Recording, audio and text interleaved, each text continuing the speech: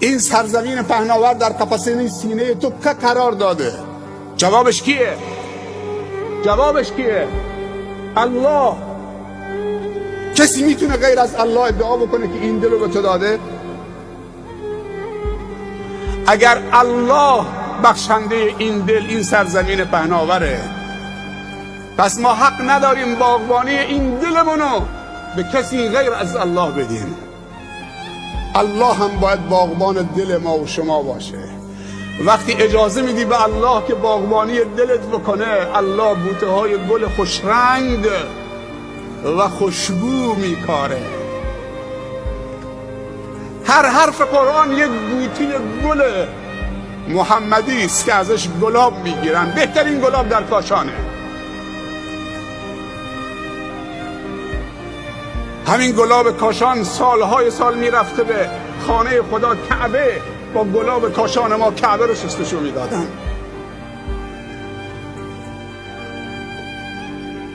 اگر باغبانی دلمون رو به الله بدیم و الله باغبان دلمون باشه، هر نقطه پهناور این زمین پهناور که دل ما و شما باشه یک بوته گله، هم خوشرنگ و جذاب و هم خوشبو و معطر.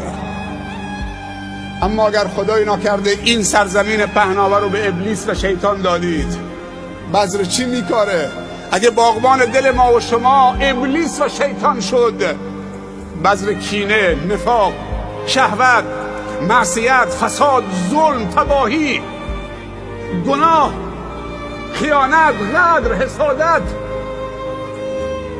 دیگه هر روز باید سینت اینطوری بگیرید. این سینه رو میفشاره تو. معصیت سینه انسان دل تو سینه میفشاره. سیاه رگ ها اگر فعال شدن، خونهای فاسد و وارد چه قلب تو میکنن. پیامبر صلی الله علیه و سلم میگه که یک پارچه گوشی در قفسه سینه توست که اون دل اسمش قلبه. اذا صلح صلح الجسد کله و اذا فسدت فسد الجسد کله الا و هی القلب. یک تکه گوشی به اندازه کف دست اگر صالح شد، اینجاست که خون پمپاژ میکنه، خون معنوی که حیات ما به اون مرتبطه. اینجا نباید لانه شیطان باشه. انسان مسلمان باید مثل قطره باران باشه. همونطور که پیامبر ما صلی الله علیه و سلم رحمتا للعالمین بود و ما ارسلناک الا رحمتا للعالمین. پیامبر صلی الله علیه و سلم رحمت برای انسان ها نبود، برای مسلمان ها تنها نبود، برای همه انسان ها بود. برای انسان ها تنها نبود، برای کل عالمیان بود. واقعا برای همه رحمت بود. میازار موری که دانه کش است، که جان دارد و جان شیرین خوش است. همون پیامبری که درباره خون انسان و حرمت خون انسان و حیات انسان آنچنان صحبت کرده و آبروی انسان و مسلمان. همون پیامبر در ریختن خون حتی حیوان حلال گوشت. ان الله كتب الاحسان على كل شيء. خدا نیکی و احسان و مهربانی رو بر هر چیزی نوشته. فاذا ذبحتم فاحسنوا الذبح واذا قتلتم فاحسنوا القتل وليحد احدكم شفرته وليرح ذبیحته. یه زمانی من بچه بودم، نحوه ذبح مرغ و خروس رو فکر میکنم هنوز تو زیر چشممه. به جایی که زبان مرغ و خروس رو بیرون می آوردن، با یه سیخ درخت نخل می زدن تو زبان رو قفل می کردن که زبان بر نگرد تو حلقوم، که ذبح شرعی بکنن. کی گفته تو؟ مرغ و خروس زنده اینطوری ذبح می کردن، سیخ می زدن زنده تو زبانش، قفل می کردن منقارش که این زبان بر نگرده هنگام ذبح. تو حق ندارید. پیامبر میگه وقتی میخواید حیوان حلال گوشت رو ذبح بکنید، کار تو چه؟ کار رو تیز کن که تا گذاشتی چه قد بکنه و حیوان رو عذاب نده. کسی حق نداره با کار اره حیوان حلال گوشت بکشه. یک ضربه تمام شده مثل باریکی لب شمشیر تا زد قد بکنه اون ودجه، اون دوتا مهره ها رو.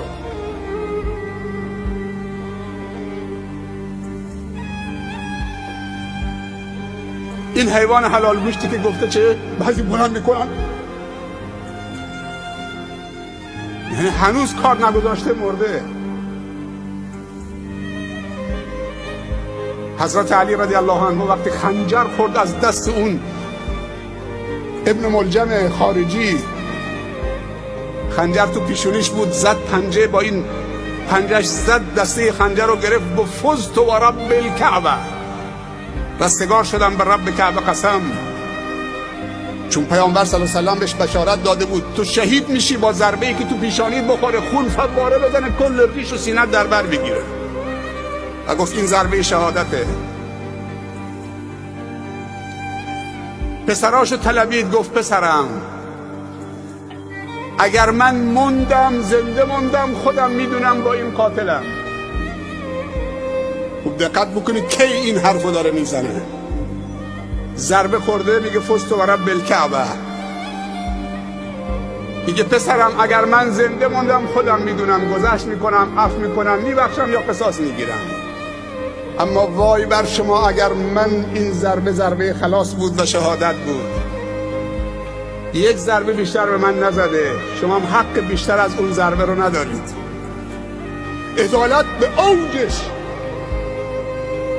اونم در چه جایگاهی، در چه لحظه‌ای که خون کم کم از بدنش داره میره. میگه اگر من رفتم و این ضربه شهادتم بود، این ابن ملجم فقط یک ضربه بر من بیشتر وارد نکرده. حق نداری بیشتر وارد بکنید، حق ندارید انگشتاشو قطع بکنید، ناخناشو بکشید، مسلش بکنید، زبانشو در بیارید، دماغشو ببرید، گوششو ببرید، یک ماه یک هفته بهشون غذا ندید. اینا اسیر شمان. همون غذایی که خودتون میخورید بدید صبحانه نهار شام، احترامشون بکنید، فقط ضربه خلاص یک ضربه. الله اکبر. امروز این عدالت کجاست؟ تو دنیا یافت میشه؟ این عدالت علوی کجاست امروز؟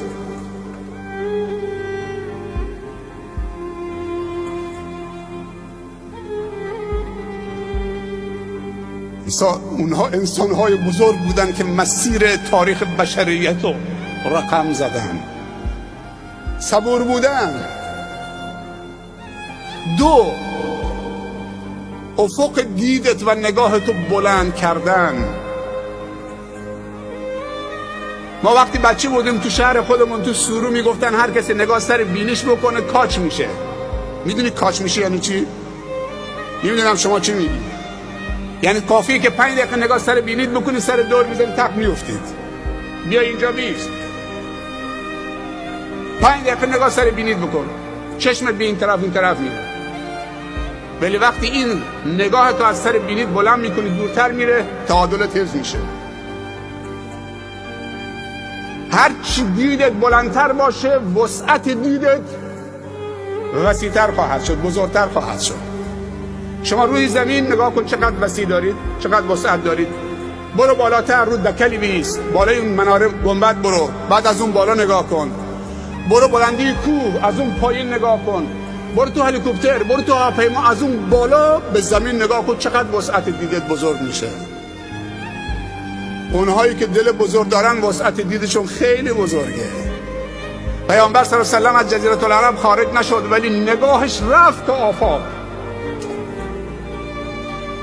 ما 300 میلیون نفر جمعیت مسلمان شافعی مذهب مالایو داریم در جنوب شرق آسیا. 250 میلیونشون در اندونزی هستن، بزرگترین کشور اسلامی از نظر جمعیت. مالایو 16 میلیون در مالازی، در برونای، در سنگاپور، در جنوب تایلند. 300 میلیون با اخلاق تجار مسلمان شدن. پیامبر از جزیره العرب خارج نشد، 2 بار خارج شد، یک بار در نوجوانی، یک بار در جوانی، در قافله خدیجه رفت. ولی دینش تا کجا رفته؟ به آفاق رسیده، چون به همه فکر میکرد. نگاهش خیلی بلند بود. نگاهتون رو به حسینه چهره منحصر نکنید، بچه هاتون رو بذارید بزرگ بشن، نگاهشون جهانی بکنید. چین و عرب همارا، هندوستان همارا، مسلم هموطن ہے، سارا جهان همارا. علامه اقبال لاهوری میگه این 2 تا سبب برای انشراح صدر. اما سبب سوم که خیلی مهمه، مخالف پذیری در کنار خودت. کسی که با تو اختلاف سلیقه داره، اختلاف نظر داره، اختلاف مذهب داره، اختلاف دین داره، اختلاف ایده داره، اختلاف فکر داره، این که بتونی بپذیری یک زندگی مسالمت آمیز در کنار همدیگه داشته باشید. عیسی به دینش، موسی به دینش، هر کسی کسی رو قانع کرد اختیار داره. در یک جوی از مهربانی، صفا و صمیمیت در کنار همدیگه. انسان‌هایی که دلشون کوچکه میتونن مخالف بپذیرن، فقط نابود کن، حذف کن، دور کن. اینا دلهاشون خیلی کوچکه. سومین نشانه انشراح صدر مخالف پذیری در کنار خودت، فرهنگ همزیستی و تعایش. چقدر زیباست که به مخالفمون فرصت بدیم، قضاوت نکنیم. تو حق نداری درباره هیچ کس قضاوت بکنی، احکم الحاکمین خودشه. اگه دوست داریش کمکش کن. تو حق نداری اگه شرابخوری داره شراب میخوره بگی این ملعون نجس شراب خورده، این جهنمیه. گریه و زاری و تواضع و معصیت خیلی بهتر از تکبر و عبادته. اونی که با نمازش مغروره، با 2 رکعت نماز و روزش مغروره، خیلی دورتره. آیا نمیترسی که فردا اون شرابخوار توبه بکنی بیاد جای تو با نمازت مغرورید، منت سر خدا و خلق خدا میذارید بیرید جای اون؟ بعضی انسان ها پشت تسبیحشون قایم شدن، بعضی انسان ها پشت حجشون قایم شدن. طرف فکر میکنه وقتی رفت حاجی شد دیگه هر کاری دلش میخواد بکنه، یه مجوز حج رفتن. بعضی ها پشت نمازشون قایم شدن، هر کسی نماز میخونه دیگه آزاده. اینطوری نیست. اگر راست میگی کمکش کن تا دست از این شراب بکشه. علمای ما عادت کردن فقط میرن مسجد، مدرسه دینی، مسجد، مدرسه دینی، تو بازار نمیرن چون اونجا اهل معصیتن. اگه گاه وقتم تو بازار برن اینطوری باید برن که چشمشون به نامحرم نیفته.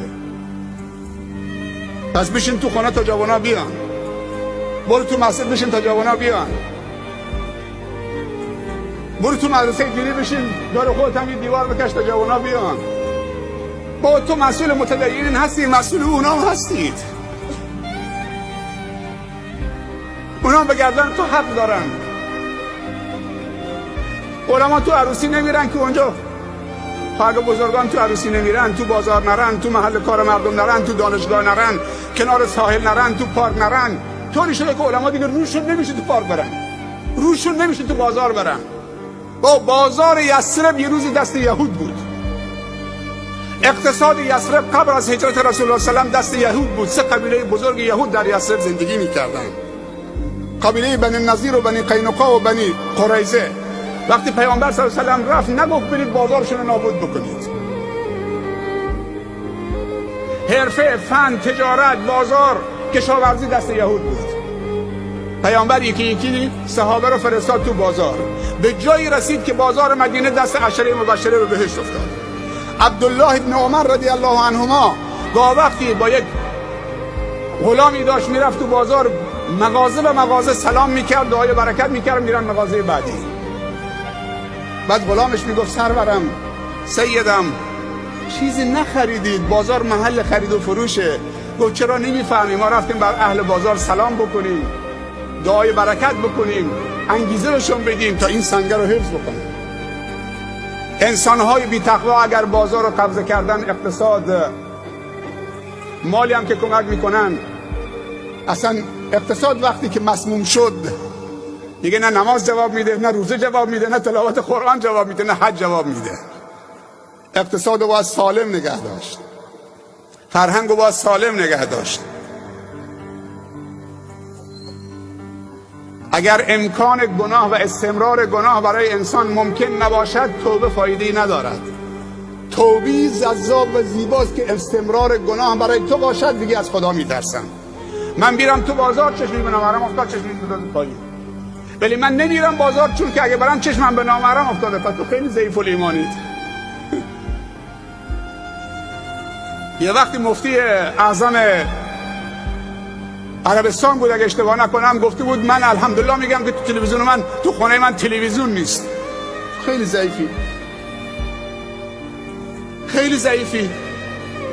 و تو خونه تو کاردم نباید باشه، تبرم نباید باشه، کبریتم نباید باشه، نفتم نباید باشه، گازم نباید باشه. تو اینقدر ضعیفی و بچه ها ضعیف تربیت کرده که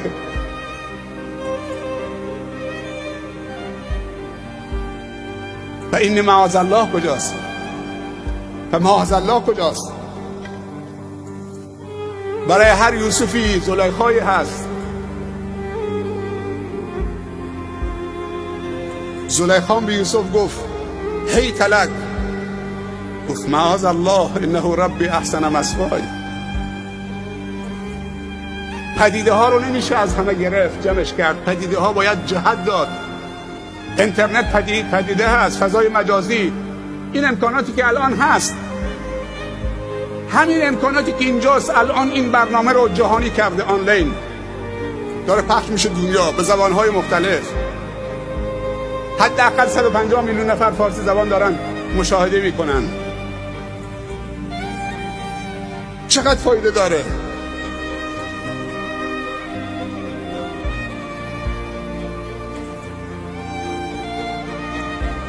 پس سومین عامل انشراح صدر مخالف پذیری است.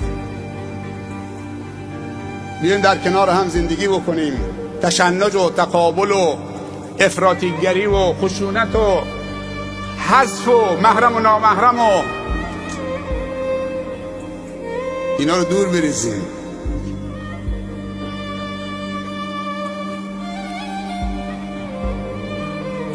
خب امشب عروسیه، خیلی برنامه خوب دوستان ارائه دادن، خیلی عالی بود، خیلی عالی بود، چیزهای خیلی خوب شنیدیم. حس و حال